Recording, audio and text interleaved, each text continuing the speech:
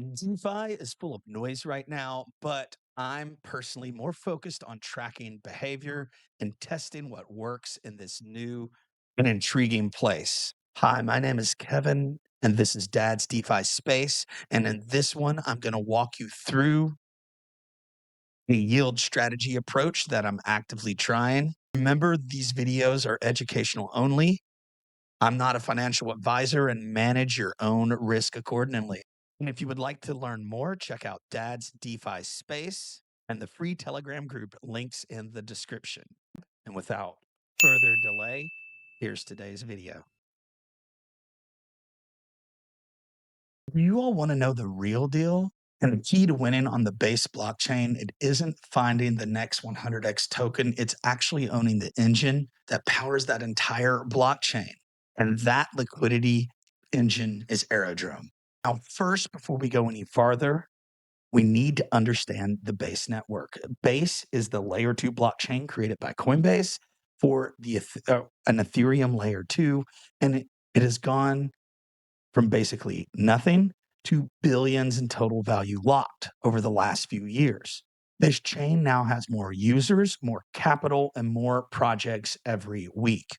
Take a look at all total value locked between all different blockchains. Base as a layer 2 is sitting at number 6, right below Tron, Bitcoin, Binance Smart Chain, and Solana. It's also the largest layer Ethereum 2 that is in use right now. In my humble opinion, the contest is going to be between Solana and Base, although Binance will be in there too. Now, since we know that the Base blockchain is the central liquidity hub for the Base network, here's the key question. Where does all the liquidity go? It goes here to Aerodrome. Now, Aerodrome sits at the top of the list of Base DeFi. In fact, processes massive volume. And here's what most people miss. Arrow isn't just yield, it's a governance control token. And if you take a look at DeFi Llama, you'll see that it ranks as the 5th largest protocol as far as total value locked on the Base blockchain, below Gauntlet, Aave, and Morpho being the largest lending network, and Aave the second.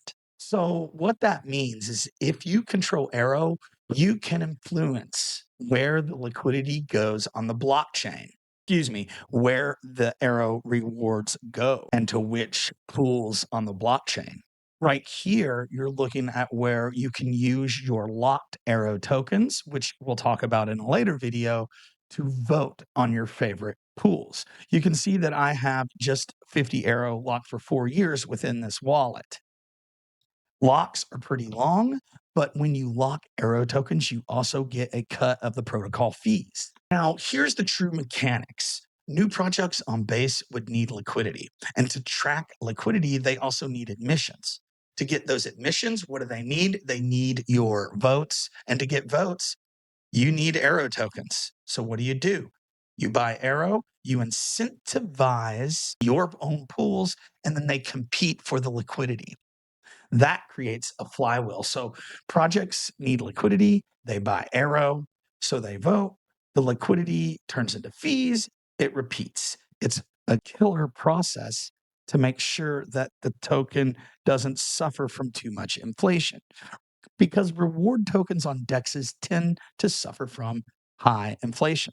This is why the Arrow is not just a token, it's an infrastructure play on Base. Right now, you're taking a look at different Slipstream positions on the Aerodrome network. These are concentrated liquidity pools, which we have talked about in the past, where you can concentrate your liquidity into certain price ranges. Now, if you take a look at APRs, these APRs on Slipstream positions can be quite high. You know that the pools that take in the highest amount of votes will get the highest amount of emissions. So sometimes a pool doesn't have to have the most amount of volume to have lucrative yield. But if the volume leaves and the votes leave with it, you're in for some trouble.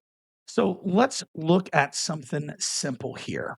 On the screen, you see a wrapped ETH USDC pair on Aerodrome. It's a concentrated but volatile 100 range. That is the tick space, but We'll talk about that in a later video. In this pool, you can adjust the range with your mouse and you can set the range to the price point you would like. Like for me, example, if I was going to set this into a pool, I might go, excuse me, 1800 to say 2500 ETH for right now. Now, Aerodrome decks will not swap for you. So you have to make sure running these concentrated liquidity positions that you perform the swaps to get your percentages right between each of the pairs you choose to deposit. What's crazy is you can see with a 3% range, this pool's been averaging 61% APR, 23 with a 8% wide on either side range, 15 about 12%. And of course, those APRs fluctuate over time, but I have found pools on here where I could earn quite lucrative yields if you're careful. Why is this possible? It's possible because deep liquidity on Aerodrome, the high volume, and the competitive APR advantage that I believe they have to Uniswap. Now, this is strategically important because if you look at newer pairs like our DADSDEFISPACE creator token pools, which are on Aerodrome, of course, this one we withdrew some of the liquidity. It wasn't getting much trading volume. And this one right here is for me and anyone else who likes to swap a little cheaper than you can on Zora or Base app. But I can earn a really high APR on this pool, which is not concentrated. This pool is actually a full range position. That's why it's called a basic volatile. Look, the yield is high because I have all the liquidity within the pool. But within a lot of small token pools like meme coins and creator coins, the yield can get very high because of the volatility. So, look, if my token got larger over time, I could invest some Arrow rewards to try to vote on my own pool and to get more of those fees, which may bring more liquidity to me.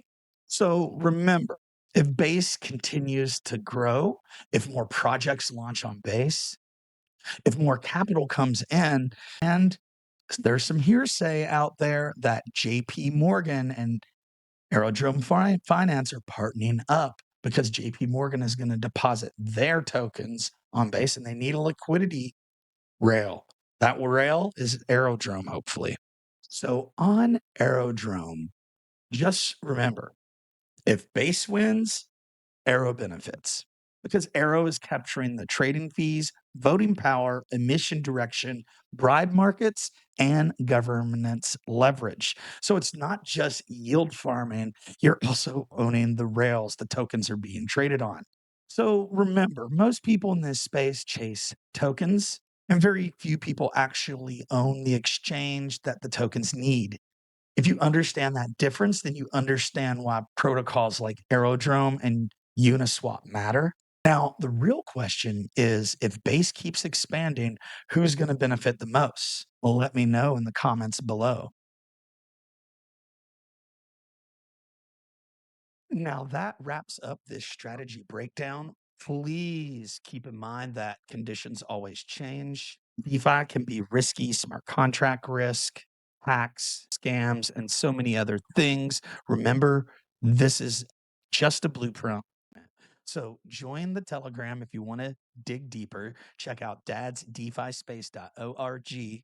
Go out, touch some grass. Until next time, ladies and gentlemen, peace.